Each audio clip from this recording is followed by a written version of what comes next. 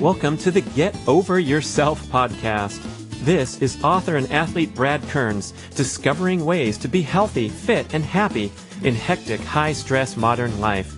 So let's slow down and take a deep breath, take a cold plunge, and expertly balance that competitive intensity with an appreciation of the journey.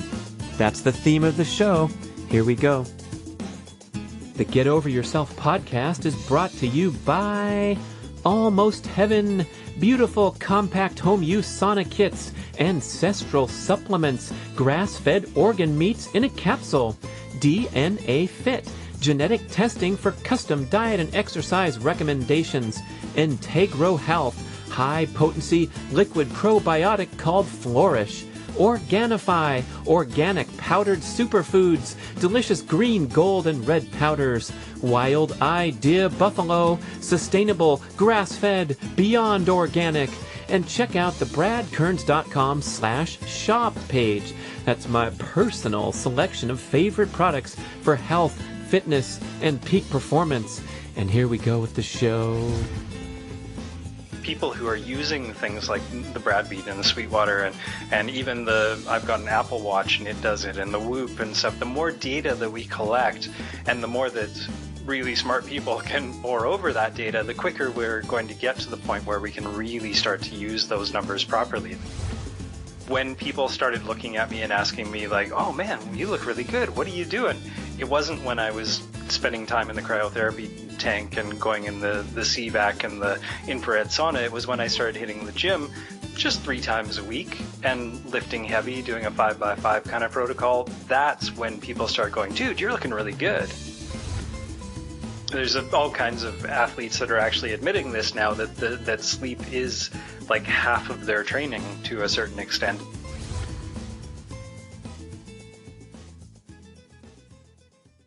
People, I've discovered an awesome new workout program that gets you results in 8 minutes. Yes, an 8-minute workout. And don't laugh, because the science supports the assertion that a properly conducted high-intensity workout lasting only 8 minutes with less than a minute of explosive sprinting effort can deliver more benefits and less downside risk than a pattern of much longer, more depleting cardiovascular workouts. It happens with Carol. That stands for Cardiovascular Optimized Logic, an artificial intelligence-powered interactive exercise bicycle that learns to apply the exact resistance you need to get fitter over time. Basically, the template workout is you warm up, hit an all-out 20-second sprint, recover for a few minutes, blast another 20-second sprint, and cool down. The guy on the Carol Fit AI website is wearing a suit and tie because the workout's too short to sweat. Yes, it's hip and slick and high-tech, but it's also legit. The sprinting elicits a cascade of hormones into the bloodstream that prompt fitness breakthroughs and turbocharge fat metabolism around the clock. I tracked these guys down and got involved because the protocol aligns beautifully with my fondness for micro-workouts and minimizing cellular damage by limiting your sprints to only 20 seconds. The Carol Fit AI website explains everything with simple graphics and videos, and you will get drawn in because it's time to reject the no pain, no gain mentality and conduct workouts that are safe, effective, and give you the most return on investment. Much less time than you think to get awesome results. CarolFitAI.com. Oh, I'm pleased to introduce my main man, Brock Armstrong, longtime co-worker on the Primal Scene. He was the guy who mastered our podcast for many years and did so for many other prominent shows in the ancestral health space. So what a great role for him to be on the ground floor of all this incredible content coming out from places like Ben Greenfield's show, Dave Asprey's Bulletproof show, and meanwhile, slowly but surely, Brock Armstrong's knowledge base and perspective and experience built until he becomes one of the greatest guys to talk to and get deep into the philosophical aspects of pursuing your fitness goals while you balance health with your fitness ambitions. Very difficult thing to do. So this show kind of winds through various different topics. Brock has an interesting fat reduction program going. where they're going away from the mechanics, the logistics, and trying to get into the mindset aspects that cause a lot of people to get stuck and fall off track when they're trying to drop excess body fat. So I think you're really going to enjoy this guy. He has a really interesting background. He used to be a professional ballet dancer. He was a roadie for a rock band, so he was living the less than optimum healthy lifestyle for many years, and then coming full circle to getting deep into the endurance scene and the ultra endurance scene. So lots of perspective, lots of interesting commentary as we wind through our conversation, coming to you from beautiful Vancouver, Canada, Brock's home. Meanwhile, I'm down here in Lake Tahoe, so we hit it up over Skype. Enjoy. It's the Brock Armstrong Show. It's the Brock Armstrong Show. One of our favorite guests, one of our most prolific guests. I don't know how many times you've been on this Primal Blueprint podcast, man. Oh, so many times. It's awesome, but it has been a while, to be honest. So first things first.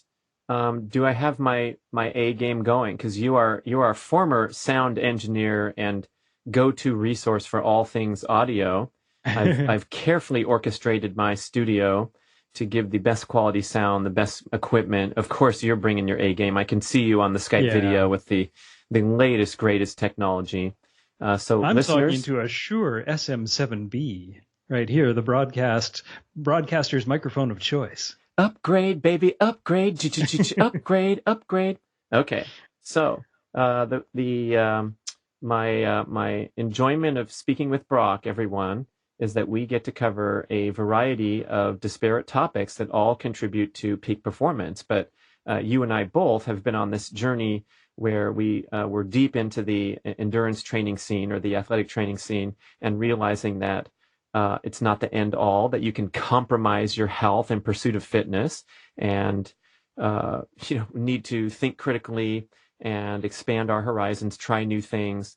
Just in case listeners aren't familiar, I want to get a brief overview of how you kind of transitioned from ballet to endurance, and then being to strong guy in the gym, and like where things are now with your fitness pursuits and some of the latest insights you've had.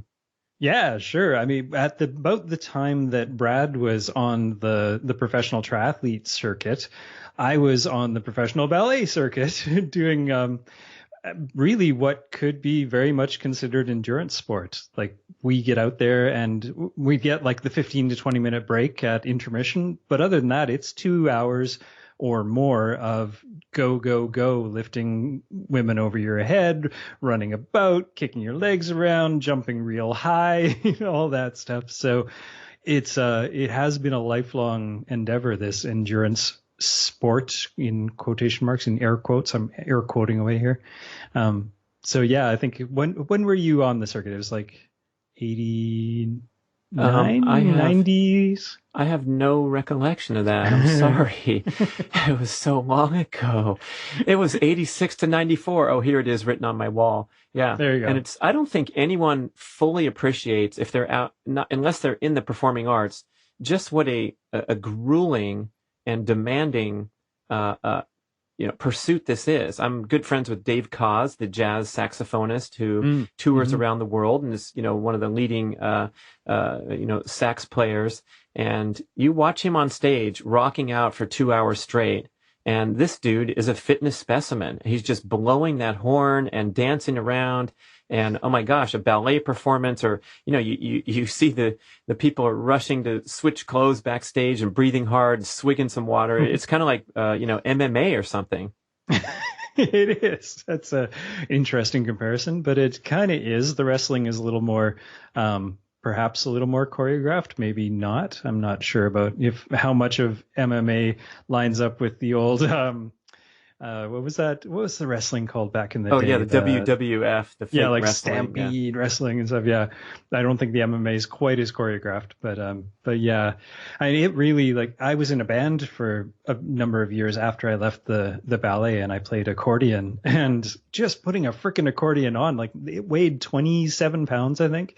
So I had 27 pounds strapped to my chest. And then dancing and running around the stage, often balancing a beer on top of the accordion as well. That was your signature move there, the beer on top?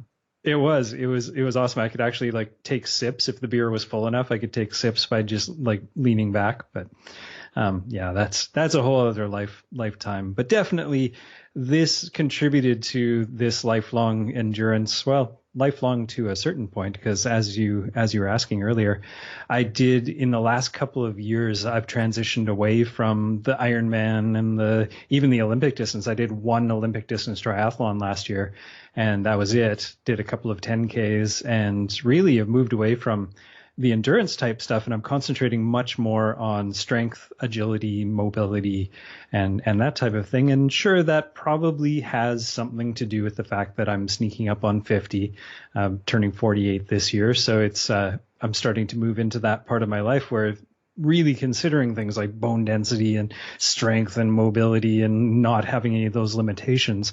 But it's a real mindset thing. Like I just have lost interest in doing anything for too long at a time. It's just, and it's something that I kind of fought for a while too, is like, come on, you're an endurance guy. What's going on? Like you can run for more than 20 minutes, but I just don't wanna.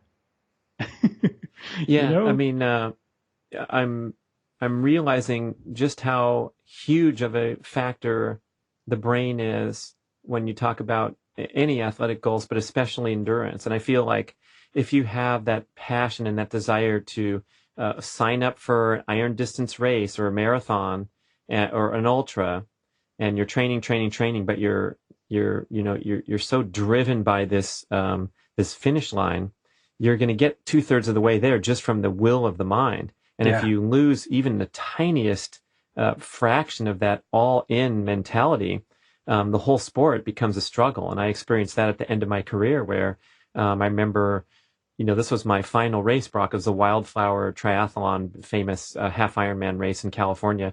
And I was in second place. Cam Whiteoff was off the front. He won the race many times.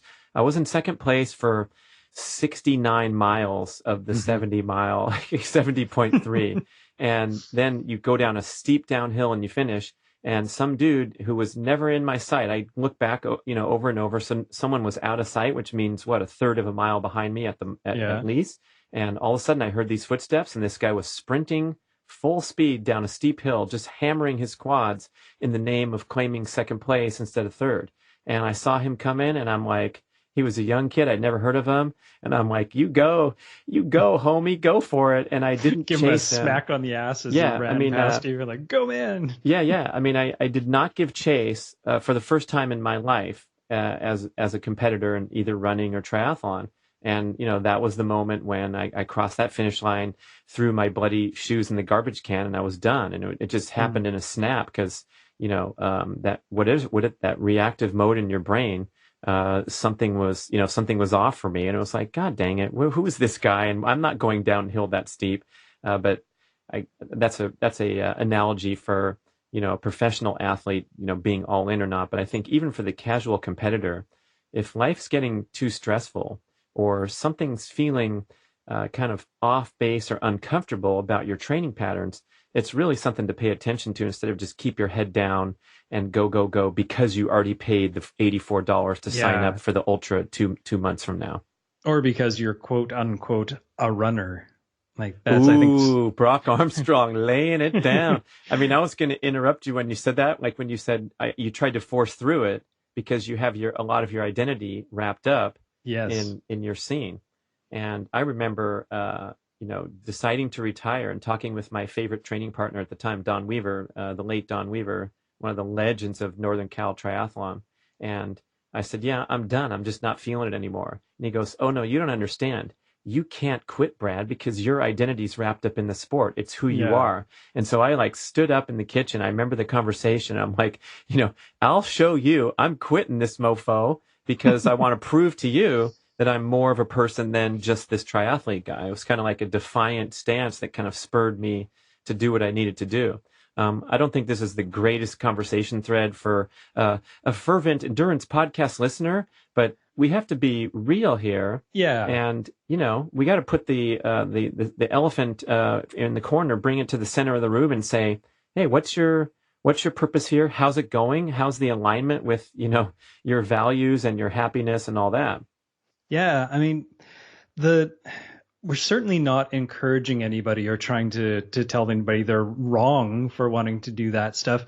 There is a point, though, like you said, that it doesn't align with your lifestyle. It doesn't align with, or there might be. There doesn't have to be. This isn't inevitable for everybody who does these kinds of things. But everything that I look at these days, this is sort of my new approach to coaching and to my own life, is there needs to be the possibility of an exit strategy. Like whether you're taking on a new diet, a new life, there needs to be a way for you to stop doing that particular thing at some point without your entire identity, health, weight loss. That's a huge one for a lot of people. They start doing marathons because they want to lose weight. And then they can't stop doing marathons because that's the only way that they're managing their weight. Well, that's not like, where's your exit strategy there? And I think this whole conversation that we're having has to do with that as well. Just making sure that at some point you can pivot to a new interest, to a new alignment, to just a new philosophy without sacrificing your happiness, your health, your well-being, your longevity, all of that stuff. And both you and I have both done a few pivots over the last number of years, and I think both of us have done okay with managing our abilities, but it does take some forethought, and it definitely takes some flexibility as well.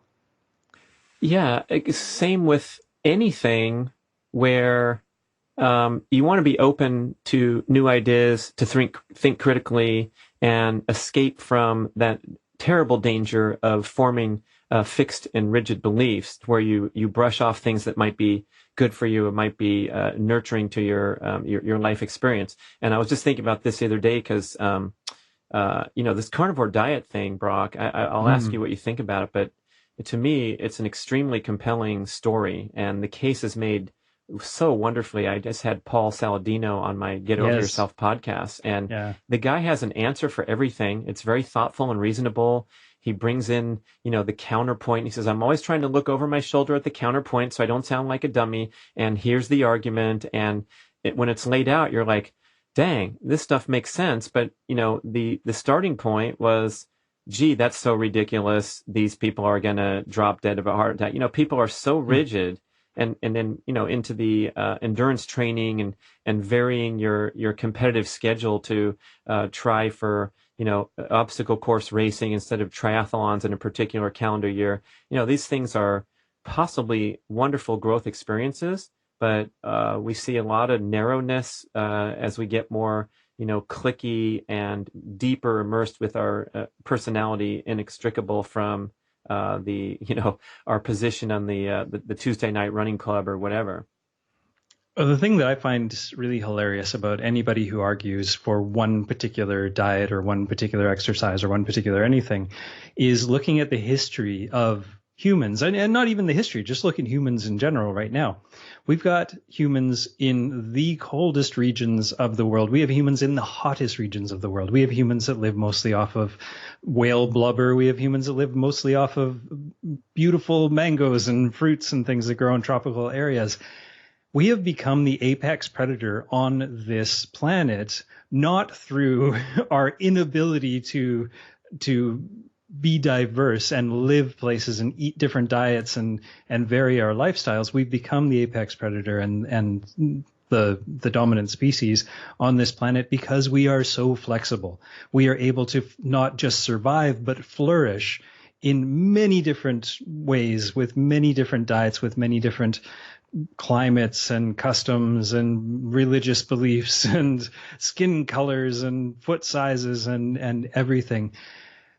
And it's such a narrow-minded way to think of us humans that are really quite spectacular species in our ability to be so varied and flourish so well in so many different ways, to think that in this blink of an eye that we've been on this planet, like let's say the last 10,000 years, like 10,000 years in the life of the universe is like a second. It's really a second in the evolutionary history of the everything that there is.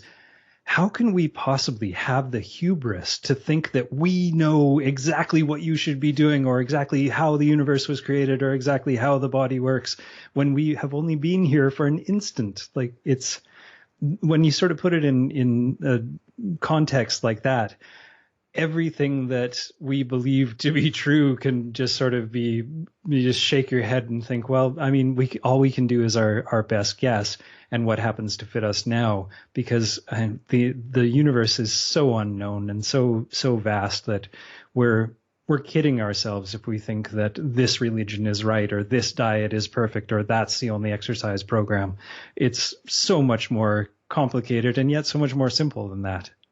Far out, man. We're getting deep on the podcast. Yeah, I'm gonna do one of those exploding brain sound here's effects. Here's a related point to that, blip of time on the planet. It just occurred to me. It was a fascinating insight that I learned from a college class on the ancient Greek Olympics, taught by one of the world's leading authorities, Dr. David Young at UC Santa Barbara years ago. And he advanced this incredible argument where, he explained the ancient Olympics ran for around 1,000 years, 800 to 1,000 years. I got an A in the class, but I'm sorry, I don't have the exact thing on my mind 30 years later. Come on, Brad. So, this thing became a centerpiece of Greek ancient society, right? It was every 4 years, and the very best athletes competed for their village. And the winner's prize, when you won the ancient Olympics, you got the wreath on your head, and you also got massive amounts of olive oil, which you could then export and make a fortune. So the champion athletes of ancient times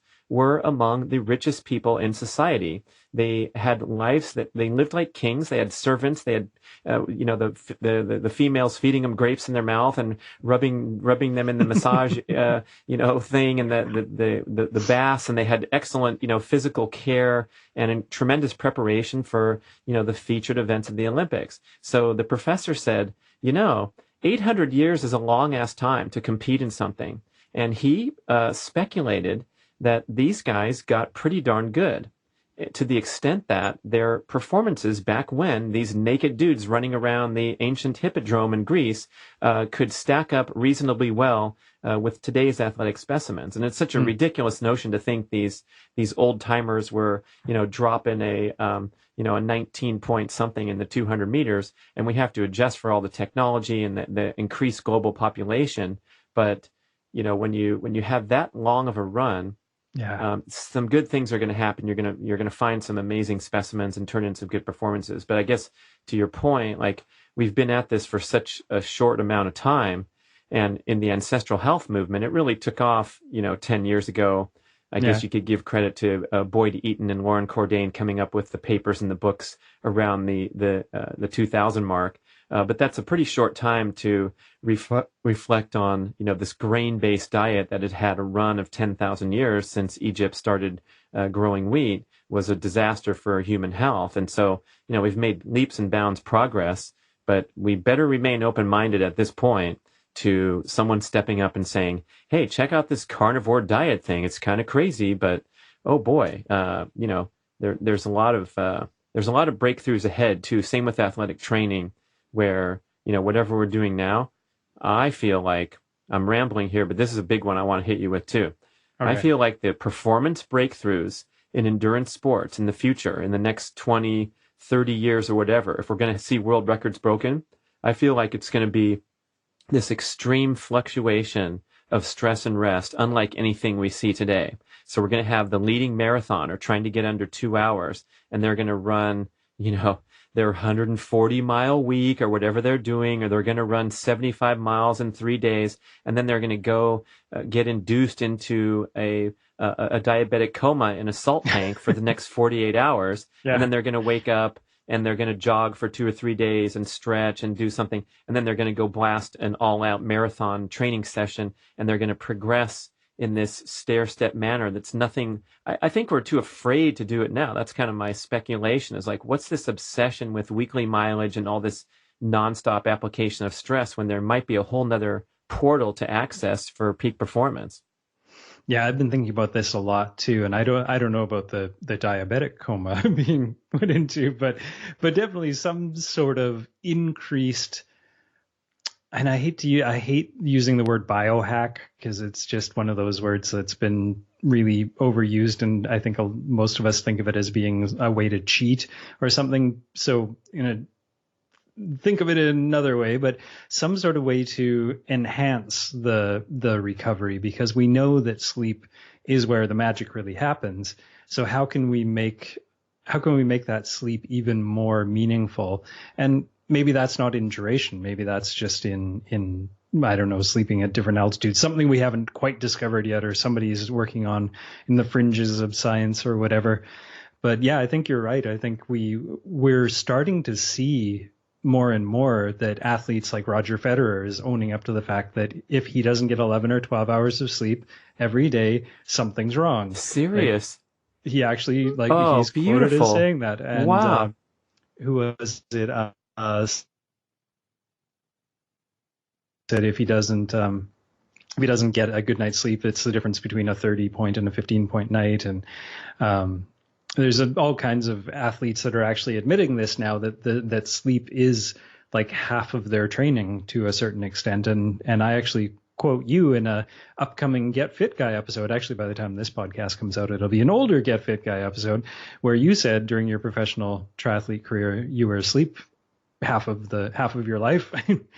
And so I think the knowledge, and we have acknowledged that is a significant factor. Now we just need to figure out how to change the climate, and also figure out how to maximize that in whether it's a diabetic coma or whether it's just some sort of hyperbaric chamber you're sleeping in. Maybe Michael Jackson had it right with his crystal. Was it a crystal hyperbaric chamber or something he slept in? And who knows? But it's an interesting point, and it's something that we haven't really examined in the last, I don't know, 30 or 40 years. It's just been more and more and more specific training. How can we train harder? How can we train more? Instead of how can we recover harder? How can we recover more? That's right. I mean, go get a stack of magazines from 1980 to today and compile the topics of all the articles, and they're probably 90% training load strategies. And then the lip service, it's such a ridiculous, the lip service paid to recovery is just that. Oh, and it's important to recover too. And here are some great intervals you can try.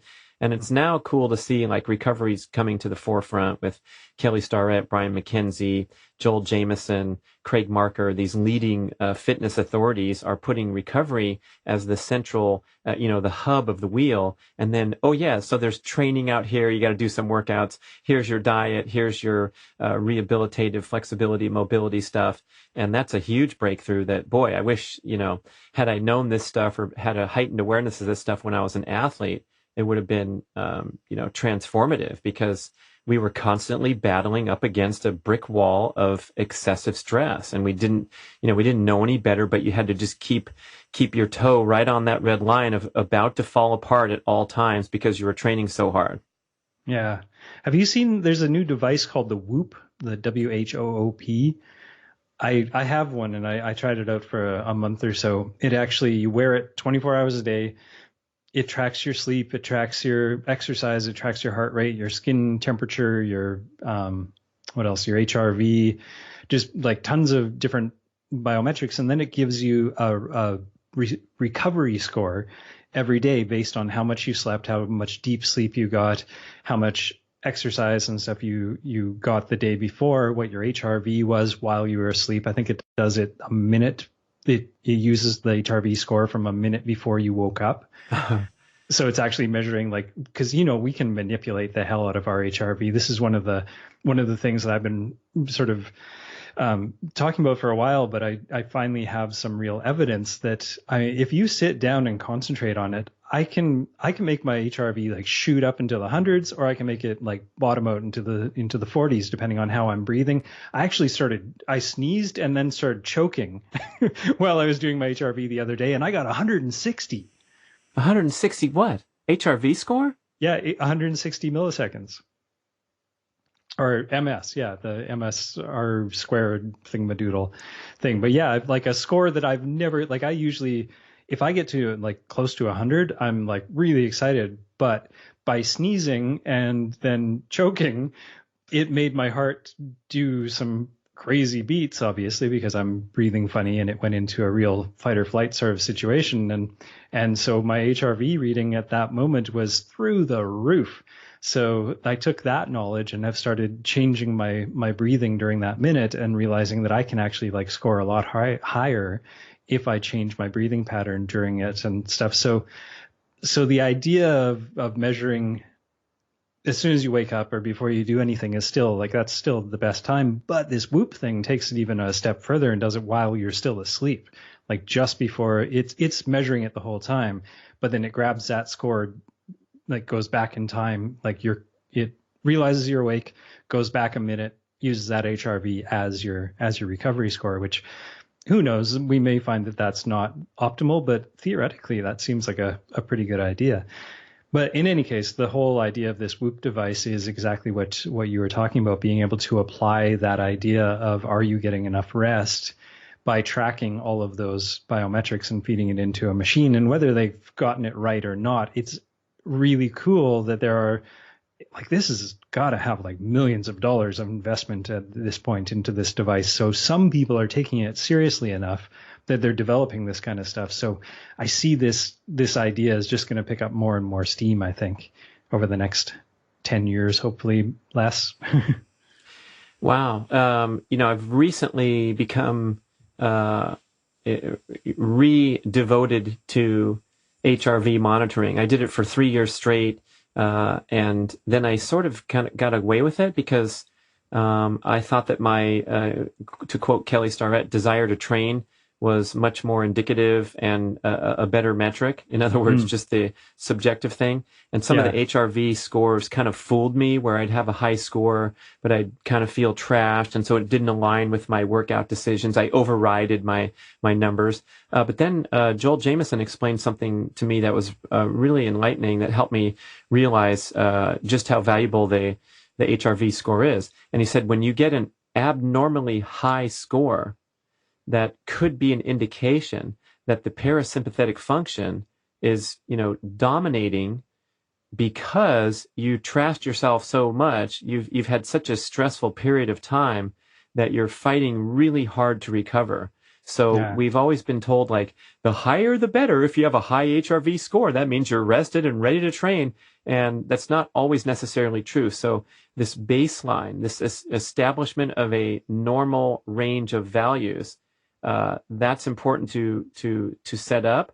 And then when you see anomalies like low, of course, means you're in a sympathetic dominant repetitive metronomic heartbeat, sign of overstress. But also too high is an indication that you still need to rest to bring it back to normal. That was kind of a mind-blowing one.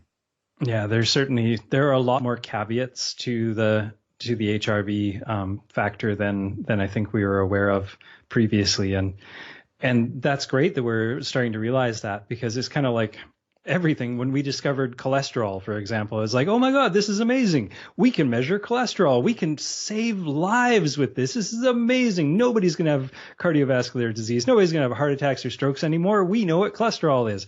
Well, that didn't pan out. Over time, we start to realize it has more to do with lipid density and the size of those lipids. And then there's this whole inflammation factor. And now it's like, oh my God, we can measure inflammation. This is amazing. Nobody's going to have cardiovascular disease anymore. Nobody's going to have heart attacks and strokes. I'm sure that's going to have the same thing. And HRV is no different. I think the original discovery for HRV was based on premature babies. Like, they actually were using it to measure the health of babies who were born like severely prematurely. That was the first application of it. Then it started to branch out. It was probably like 20 years of nothing going on. Then it started to be applied to this idea of recovery or nervous system health. And we can only grow our knowledge from there. We're at a magical time where things are actually, like, speaking of cholesterol, like, that was back in the 50s, I think, maybe the 30s, that cholesterol was discovered. So things were moving a little slower back then. I think now it's, instead of being like 30 years, it's going to be 3 years or 4 years to really find and fine tune those things. So I think the fact that you're You've got the Brad Beat. Is that what it's called? Oh, product plug. This episode is sponsored by the Brad Beat HRV. Yeah, I so brought I it had up though, not you. That was organic. Sweetwater Health designed this for me. They're the technology people, and it was pretty fun to like get an app on the App Store. You have to go through like FBI level background checks so they don't have any sleazy apps on there. So, yep, it's up there, the Brad Beat, and you have to get the Bluetooth wireless strap. But I think it's good to stay connected and have some values in there to go back and look at patterns. I think exactly. Yeah. What I was going to say was the more people who are using things like the Brad Beat and the Sweetwater and even I've got an Apple Watch and it does it, and the Whoop and stuff, the more data that we collect and the more that really smart people can pore over that data, the quicker we're going to get to the point where we can really start to use those numbers properly. It's kind of like genetic testing. Like back 10 years ago, it was so expensive I guess 10, 15 years ago, it was so expensive to get your genes tested that nobody did it. Now the prices come down to the point where there's like swaths of the population that have now had these genetic tests. And so our understanding of which genes are actually meaningful and how they interact with the other ones is growing exponentially. And we're actually starting to have some meaningful data beyond just you probably have blue eyes and blonde hair and runny earwax. Like now we actually can apply it to things like I ran my raw data through a thing called Fitness Genes not that long ago, and I found out that I have the gene that correlates to slower ability to flush lactate, which totally makes sense, which means that I'm taking longer rest breaks when I go to the gym and I do some heavy lifting. I used to be one of those guys that kind of laughed at everybody who was sitting around playing on their phone in between sets. I was like back and forth doing like, if I'm not doing trashing that, I'm doing yourself. This. And like, it's sit around at the gym. That's for chumps. Now I'm totally like the guy who's walking around the gym. I'm not sitting around playing on my phone, but I am taking longer rest breaks because my genes are actually like telling me that. But when I first got my tests back in whenever that was, 2012 from 23andMe, it told me that my ancestors were from Eastern Europe. Surprise! That's nice. Why we don't speak Ukrainian. I knew that. But now it's like getting a lot more meaningful. And I think the same thing is going to happen with HRV and all those other things that now that we've got more people adopting it, we can actually start to make some real meaningful realizations around it. Yeah, I mean, back then, I thought I only had 2 kids, and now with all this genetic testing, like people are calling me every week. I got kids everywhere, man. People joke. This joke, I make joke for Brock. But when I took my DNA fit test, this profound revelation came that I was 54%, 56% strength power muscle composition, and only 48%, 56 and 44. I was predominantly that's interesting math. Yeah. And so, I was a lifelong endurance athlete, right? And so I was literally out there fighting against my genetic makeup to achieve the training patterns of my peers on the pro circuit, who were very likely predominantly endurance people because of the pre-selectivity to excel at endurance sports. And so had I known that, I could have, just like you say, you don't want to be that guy that's fighting against your genes. If you have slow lactate clearance, you got to honor that and design the workouts accordingly. So I would have taken more rest time and had more confidence taking that rest time rather than that insecurity feeling where I'd have to call up Sis and my coach at the time and say, I'm only riding my bicycle 150 miles a week, everyone else is doing 300. And he'd say, it's okay, just kick their ass on that 1 day a week when you go long and go hard, and that's your measurement point, not the volume and the day in, day out, because there's so many genetic variables there. And boy, having this data to empower you to go make the good decisions. And in my case, toning down, no more jokes, to make those good decisions, boy, that's fun. Now, I want to ask you like the wrap up question of this section is like, you're on the forefront of technology. People are sending you shit all the time to try out, probably. Oh, I got a Juve in the mail yesterday. Oh, I want one of those. But where does that, where do you value that desire to train element in the mix with all the tech? I've come full circle on the tech. Like as some Oh, as you a have the Full Circle app? That one's really cool. Yeah, I've yeah, heard of that. it's amazing. It's Oh, he just means like really come full circle. Sorry, guys. being a child of the 80s and coming through all that time of the no pain no gain and stuff, and then working with people like Ben Greenfield and Dave Asprey, and I actually spent a lot of time at the biohacking lab on Vancouver Island. I went whole hog into all the technology and devices and stuff, and I've basically come out the other end with a really healthy respect for the fact that hard work, well, and not necessarily hard work, smart work is going to get you the majority of the way there. It's only once you've gotten to that point that any of that technology will really make a meaningful difference. Like, sure, you can use it, and sure, it can aid, and some of them are a lot more meaningful than others, that's for sure. But in the end, none of them are. If you're sitting on the couch eating bonbons, do you guys call them bonbons in America? Yeah, I always say those exist. Yeah. Oui, c'est ça. Les bonbons. If you're sitting on your derriere eating bonbons and then shining a Juve light at your knee or your face or whatever, Balls, whatever. you're sure. Actually, yeah, I guess that's one of the uses, isn't it? Just, testosterone. Yeah, I have the handheld Pulsaderm red light therapy, and it helps with cellular rejuvenation. So that's one of the applications, is right down the pants. Fun stuff. Another biohack tip from the experts here. But in any case, that was sort of my takeaway, is really like when people started looking at me and asking me like, "Oh man, you look really good. What are you doing?" It wasn't when I was spending time in the cryotherapy tank and going in the CVAC and the infrared sauna. It was when I started hitting the gym just 3 times a week and lifting heavy, doing a 5x5 kind of protocol. That's when people start going, "Dude, you're looking really good." And not that it's all about that vanity thing, but I think that's a good measurement to use sometimes when people actually start to notice that you're looking more fit or have a glow about you or whatever you want to call it. I think, in my experience anyway, that was what made the bigger difference than all the devices.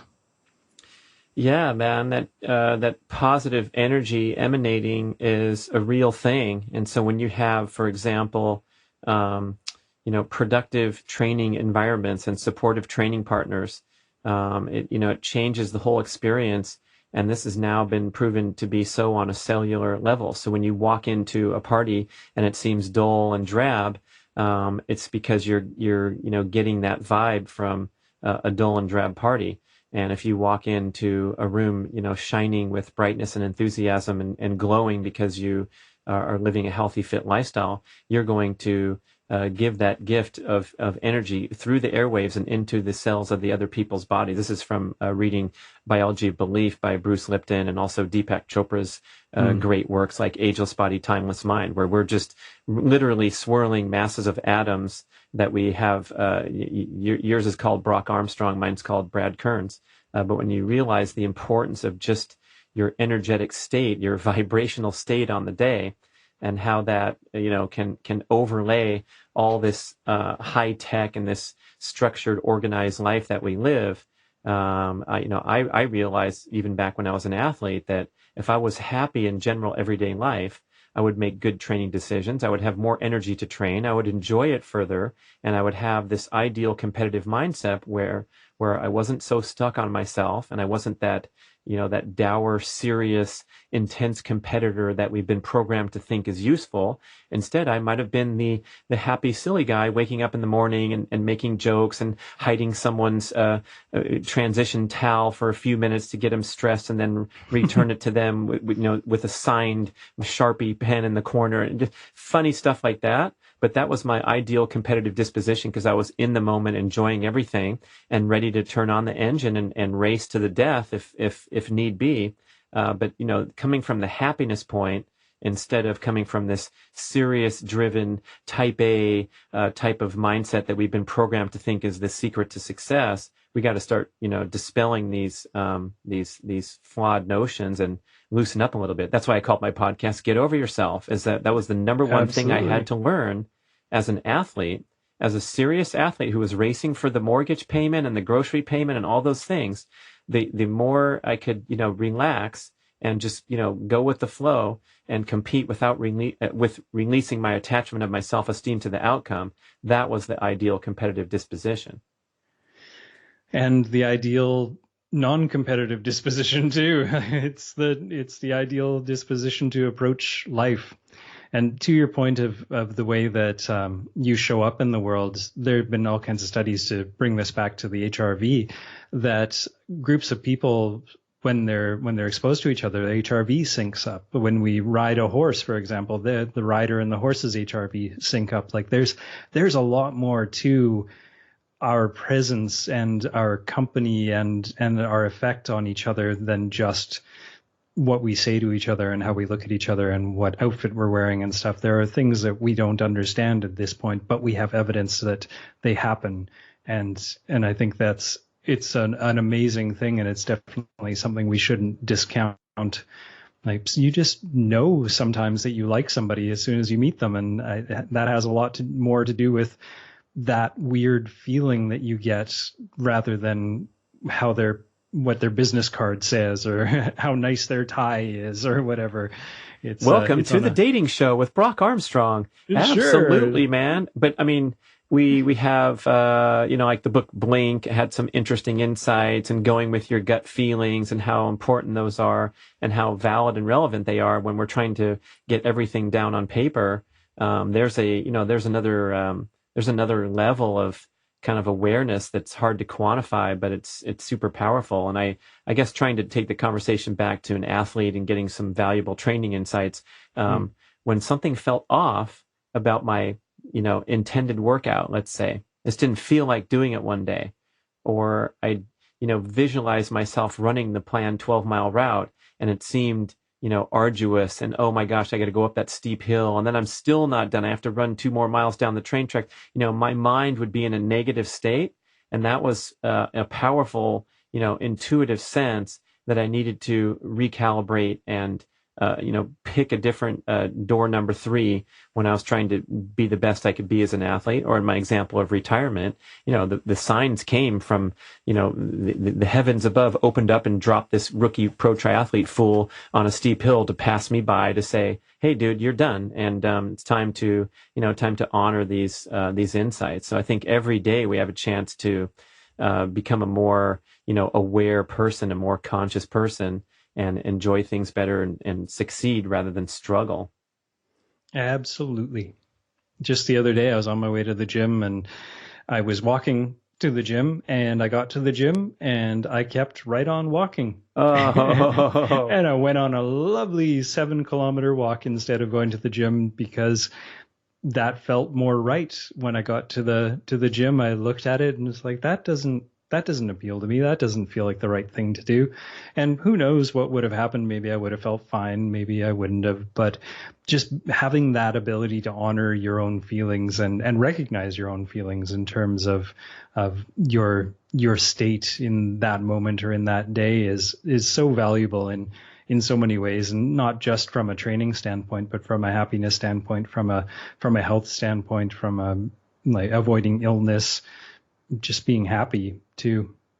Well, speaking of feelings, my feelings are a little hurt right now because it seems like I've put on some excess body fat, Brock, and I want to lose it. So now I'm like in the driver's seat. I've been writing about this and coaching people for years, and it's like, wow, man, I've been having so much fun with my different dietary experiments, from strict keto and a lot of fasting, and then going to increased caloric intake, including super nutritious green smoothies every morning instead of fasting, and comparing and contrasting my workout performance, my recovery. These are my biggest goals. And, I didn't have a body fat concern ever in my life. But now, once I pass 50, we know that, the accumulation of even a bit of visceral fat, that would be the belly fat, the spare tire, for both males and females, can be a slippery slope downward, because if you accumulate a bit of this this inflammatory, it's an organ of its own, the abdominal fat, the visceral fat,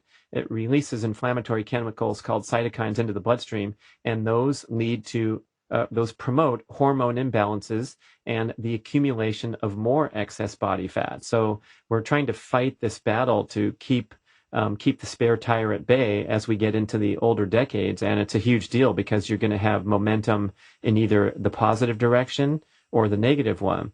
So if I want to watch myself and bring that six-pack back into clear focus, what do I do, man? How do I do it? I know you got a program coming up and everything where it's holistic. Yeah, well, the first thing I want to say is I love your spirit of investigativeness. You're trying out of different diets, trying the smoothies, and being able to just experiment on yourself is so important, because I think sometimes, well, not even sometimes, we've spent the last 60 years. There was just an article that came out the other day that was talking about the obesity epidemic and sort of the new take on it. And it was saying things like, for the last 60 years, we've been trying to solve the problem the exact same way. And basically, it's that idea that I think Einstein's quote that gets bastardized all the time about trying to solve the problem trying to solve the problem by doing the same thing that you've done all along, or the definition of insanity is doing the same thing over and over again and hoping for a different outcome. Basically, that's what's been going on for the last 60 years in terms of doing different diets, and they're basically all the same thing, just reduce the calories, and whether it's Weight Watchers or whatever, where you're getting a point system or a calorie system, and it's clearly not working. But we're not willing to do a lot of experimenting on ourselves. So I applaud the idea that you're doing these experiments and then watching to see what's happening, and then being willing to pivot on that as well. And that's something that we talk about a lot. And thank you for queuing this up so nicely in a program that myself and Monica Reinagel, better known as the Nutrition Diva, we run a program called Weighless, and it's at weighless.live. And the approach that we take in that program is it's a year-long program. And this is like something that people go, what? That's crazy. I don't have a whole year. The reason that it's a whole year is that even though I'm a fitness coach, there is no exercise program. Even though Monica is a registered dietitian, there is no meal plan. Everything that we do in the Way Less program is to address our lifestyle, our mindsets, our habits, our habitat, everything around us that has really contributed to the predisposition for us to always be eating, always be sitting on the couch, always being stuck in the things that have created this problem in the first place.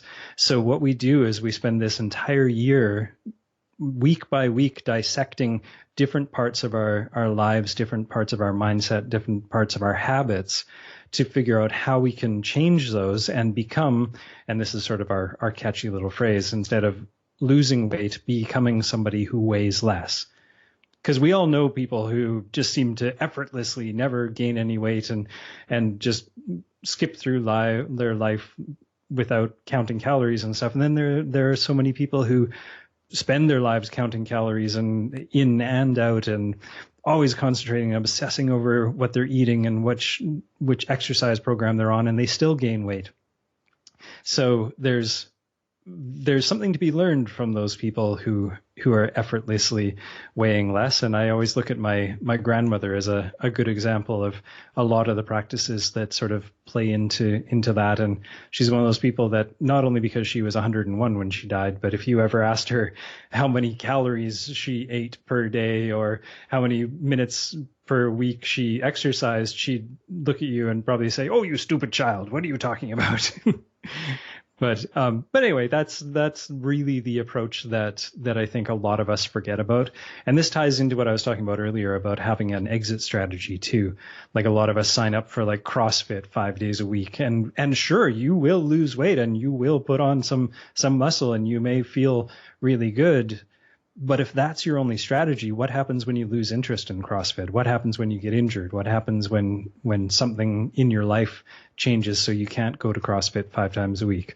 Or what if you do adopt the carnivore diet, but eventually you get tired of eating meat, or you do develop some sort of, I don't know, like there's been reports of people on the carnivore diet who have actually developed allergies to things like eggs and things along the way. And what if that happens and you can't follow that diet anymore? Do you have another way? Is there another answer to your weight loss problem that you can fall back on? Or are you sort of strapped into this one idea or this one mode?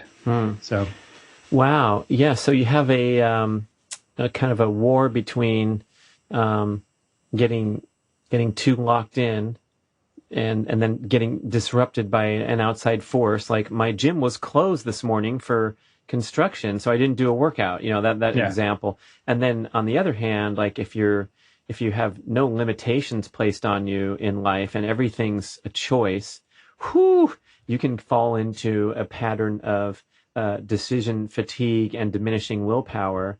And I, identify this myself. I mean, I'm actually telling the truth. I'm not just making this up for podcast fodder, but I realized, geez, man, I look like I've gotten to be a little fatty boy now from my past experience. And so the first thing I did was I just plugged in. This is now 2 months ago. I said, you know what? I'm going to go back to morning fasting, not because it's, the perfect strategy for me and my peak performance and my workouts, or because I want to upregulate autophagy or whatever. The main reason was to just establish a rule and a guideline in my life so that I could have some constraints and standards to respect and respect myself enough to actually, commit to it every day. And it's kind of been a miniature cool experience to go, oh, this goes in the category of my often discussed morning cold plunge. And the morning cold plunge is a great hormonal boost. And there's all this science to support that you get a norepinephrine spike of 200 to 300%. You get increased oxygen delivery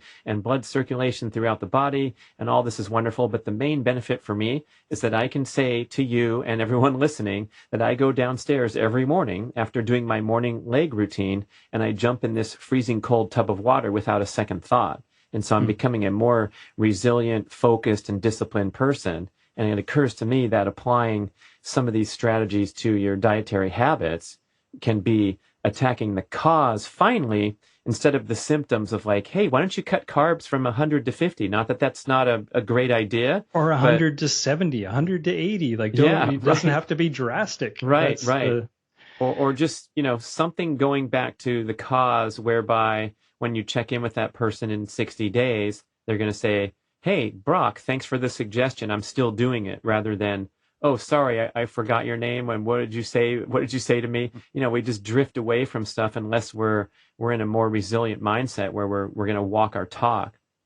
Well, one of the things I really find interesting, when you talk about doing your cold plunge in the morning and doing your mobility work and stuff, one of the big mindsets that we try to flip in people in the Way Less program is to engage that idea that you are looking after yourself, that you're actually focusing on your body. Like there are study after study where they took maids at a huge hotel chain. Half of them got activity trackers, the other half didn't. At the end of the study, or halfway through the study, they started reporting to the ones with the activity trackers how many kilometers or miles or whatever they were actually walking during the day. They didn't change anything about their practice or their workday or anything like that. But that group, the half that was told that they were doing this extraordinary amount of miles per day, started to lose more weight. Boom, just like that, because they had been told that they were doing something healthy for themselves, that their job was actually contributing to their health and their well-being, so that it spilled into other parts of their life. They didn't change their job at all, but they may have started eating a little bit better. They may have started doing some mobility routines at home to keep their ability up so they didn't get hurt or anything. They started to just treat themselves with more care and think of themselves as a more healthy individual. Now, I think in your case, by doing that mobility thing in the morning, by doing your cold plunge in the morning, you are setting yourself up to have a healthier, more active, more healthful day than if you didn't do that stuff. If you stumbled out of bed, grabbed a cup of Tim Hortons coffee and a cigarette and grumpily drove off to your day job, you're not setting yourself up with this mindset for the rest of the day that I am a healthy individual worthy of some self-care and able to do something like go for a walk at lunch or stand up more often at my desk. In fact, you set yourself up for the opposite. So even small changes like that, and this is another part of the Way Less program, putting those kind of practices into place, even though parking on the other side of the parking lot when you go to pick up your groceries, that in and of itself burns another 15 calories. Sure, that's insignificant, but that kind of practice implemented throughout your day, throughout your week, throughout your month has a cascading effect, and it has an effect that just compounds on top of each other. And I think it's really easy to just discount those sorts of things, like, I'm not going to take the stairs at work. What difference is that going to make? It's like the people who say, like, I'm going to start running 3 times a week, and then you come to them 6 months later and say, how's that running 3 times a week thing going? They're like, oh, I haven't been able to do it. And like, well, why don't you try just running once a week? And they're like, once a week? That's nothing. What's that going to do? It's like, well, so you'd rather do none than, like, it's either 3 or nothing? I think we need to remind ourselves that it's a more cumulative sort of effort, and that goes beyond the actual calories burnt in quotation marks, because I'm not a big calories in, calories out kind of guy. But at a certain point, you have to acknowledge that is that's part of our psyche. But yeah, I mean, just flipping that switch every morning to remind yourself that you are a healthy individual and you're going to take care of yourself starting right now it's a meaningful change that a lot of us forget about. Well, it occurs to me that the endurance community especially has to watch out for that switch flipping the other direction. Our friend across the water, across the Strait of San Juan de Fuca, Katie Bowman, over there in Washington. You're in Vancouver. Yeah, I can almost see her. Yeah, Katie. Almost on the ferry. She calls it the lazy athlete mentality. Mm-hmm. And this is an identified condition. It's the actual scientific term is the active couch potato syndrome, whereby people that have a devotion to a daily workout, let's say they go to the gym every day for an hour, or they're running their 40 miles a week, they give themselves a free pass to lead an inactive lifestyle featuring prolonged periods of stillness. And they have shown to have similar risk factors to sedentary folks. So in other words, that 7 hours a week or whatever you devote to your awesome training regimen, when you compare that to 168 hours in a week and a lot of downtime and lazy ass time, it's not looking too good versus the person who parks at the far end of the parking lot or takes their dog out for a walk morning and night like a proper dog owner should, and so on down the line. Spoken like a good dog owner. And so I wonder if that's, having a program that's not based on caloric expenditure or caloric minimization through the diet, now you're getting into, I guess creating healthy habit patterns whereby, taking a walk with the dog is just an automatic, and downstream, if you multiply that by, 100 or the other examples that you used, it is going to create a leaner physique because you're going to be more calorically efficient with your metabolism, right? Yeah, well, and there's even adding to that, the sedentary athlete problem is a lot of there are running groups that are based on going for brunch afterwards, and I understand that feeling. Like, it's a lovely social activity to do, but why do you need to go and have a double frappa mocha chino latte milkshake after you're done? How does that make your social time with this group of runners more important or more rewarding? And I think when people actually start to question that and actually flip that switch in their brain, they actually have that moment of, yeah, you're right. That really isn't adding to to it, and it's actually undoing some things. We just have these ideas, and I know the Primal Blueprint talks about it all the time, the conventional wisdom not being so wise after all, but we do have a lot of real hammered home, built in, reinforced ideas about, well, I went for an hour long run, so I can afford to sit on the couch and I can have the bonbons and all of that kind of stuff. And I mean, that's a whole different thing. But I think making some small changes in our habits, in our mindsets, and questioning those sorts of things, like just because at your office there are donuts in the kitchen doesn't mean you have to have one, and doesn't mean that you're a bad person if you do, and you're a bad person if you don't. There's a lot more ways to look at these kinds of practices, and hopefully we're making some differences and just spreading the word. We like to call it the dieter's mindset. We're actually breaking the dieter's mindset because it clearly is not working for us. So we need to find a different way to address this. So if anybody's interested, that wasn't a huge long sales pitch. I hope that was interesting to people as well as being a bit of a sales pitch. But go over to Weighless. Brad's pretending to fall asleep. Thanks, Brad. Go over to weighless.live, and we'll be doing a webinar at later in June that you can attend and find out more.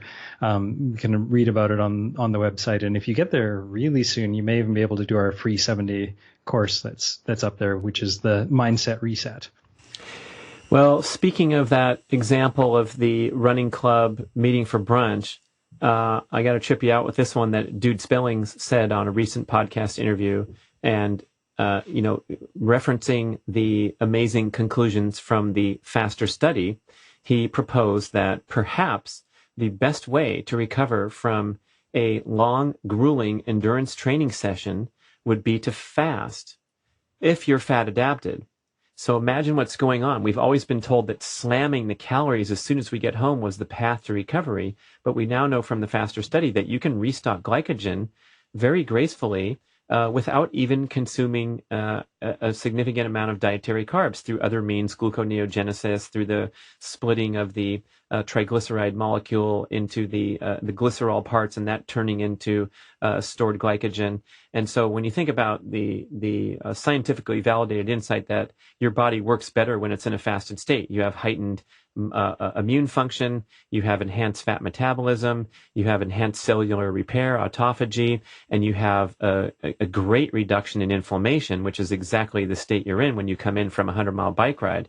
It's a mind-blowing insight to me to be thinking, just like we talked about earlier, in the future that maybe people will go out and slam a multi-hour endurance training session and then come home and drink water in the name of recovering faster. It kind of may take a little bit of the fun away, but to get some balance point here where we're not doing this for the free pass of stuffing our faces with junk, that could be a growth experience for the athlete.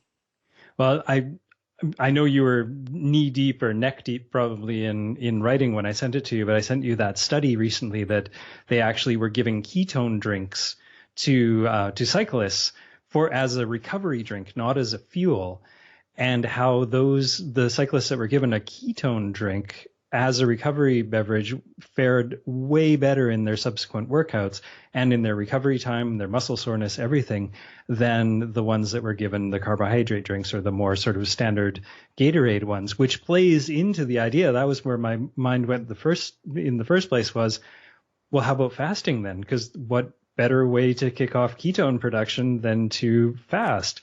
And it costs a lot less than I think those bottles of ketone drinks are like $30 a bottle or something. Like these athletes were getting $90 worth of ketone drink after their workouts. So not something that we are going to apply in our lives anyway, but there's a very cheap, i.e. free way to produce ketones, and that's fasting. So yeah, I think there's definitely something to be said for speeding the recovery that way. Oh, gee, I didn't see that article, I don't think. I don't know if I wrote you back like, thanks, dude, good stuff. But I think you wrote back, I'll I'm check trying it to out. finish my book. Leave me alone. Oh my gosh, I was being disciplined. How nice to know that I actually had a filter. But I use the Real Ketones. That's the powdered drink. It's not terribly expensive, but I think it's a really valuable tool to consume before, during, and after my sprint workouts, because I'm all of a sudden burning a cleaner fuel source. No, I don't need the calories to do a brief sprint workout, but the idea, especially drinking it after, is that you're in this lower inflammatory, better fuel source than glucose, and thereby theoretically speeding your recovery rate, even as you burn through you burn through the product, and then you eventually go back to a future meal or maybe even a fasting period. But boy, now we're getting some super high tech strategies here at the end. I like that. Well, and even getting a little more simple here, like most of the studies that a lot of our fueling strategies have been based on over the last 20 or 30 years have been presupposing that we are going to crush another workout right away or later. I forgot about that part too. So a lot of that refueling was based on the idea that you're going to do another workout right away, or you're going to do workout the next morning or something like that. But what if we combine the ideas that we're probably not going to crush another workout later today, and that not eating immediately after, and especially not slamming a whole bunch of junk and carbohydrate right after, actually makes our recovery a little better? How about we just eat like we normally would eat? How's that for a mind blower? How about you just go and have your workout and then have breakfast when you want to have breakfast, or do your workout and then have lunch at your normal time, or eat when you're actually hungry, and not get obsessed about needing to replace and replenish and count the amount of calories that you expended and replace every single one of those, because you know what? Most of us are not going to the Olympics. That's right. It's okay to err a little bit on the side of just it's good enough. And in a lot of ways, given what we've just been talking about, it's probably better than good enough. It might actually be better than what we've been doing over the last 30 years. Ladies and gentlemen, the swirling mass of atoms known as Brock Armstrong, trying to weigh less and just be that swirling mass of atoms. Thank you so much for spending the time. I like the program. I'm considering signing up for a year. That's a long time, but life change takes some commitment. So thanks for putting out good stuff and talking through all sorts of interesting topics on this show. We'll of course have to have you back to pick it up again.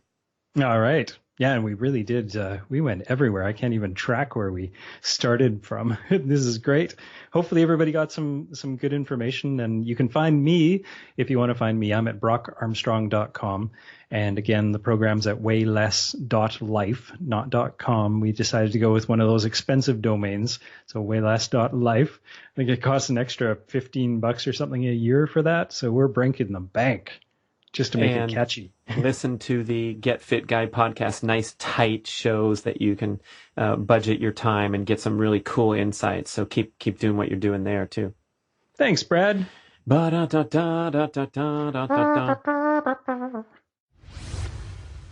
Thank you for listening to the show. We would love your feedback at getoveryourselfpodcast@gmail.com. And we would also love if you could leave a rating and a review on iTunes or wherever you listen to podcasts. I know it's a hassle. You have to go to desktop iTunes, click on the tab that says ratings and reviews, and then click to rate the show anywhere from 5 to 5 stars. And it really helps spread the word so more people can find the show and get over themselves, because they need to. Thanks for doing it. Joovv, Joovv. They are makers of the finest quality red light therapy devices. You've heard of these things? They're pretty awesome. You stand in front of a console of red lights hung on a wall or off a door, and they are emitting specific wavelengths of near-infrared and visible red light that are known to enhance cellular energy production and regeneration. This is not goofy body hack crazy time, because the protocol of red light therapy has been substantiated by many scientific studies and has been used in beauty salons for years to help fight wrinkles. Here's some science about red light therapy. When you expose yourself to the correct wavelengths of red light, it helps your cells produce more ATP energy and also to clear waste products more efficiently by mobilizing nitric oxide trapped in the mitochondria and allowing oxygen to return to the cell and increase ATP production. Yeah, baby, Juve time!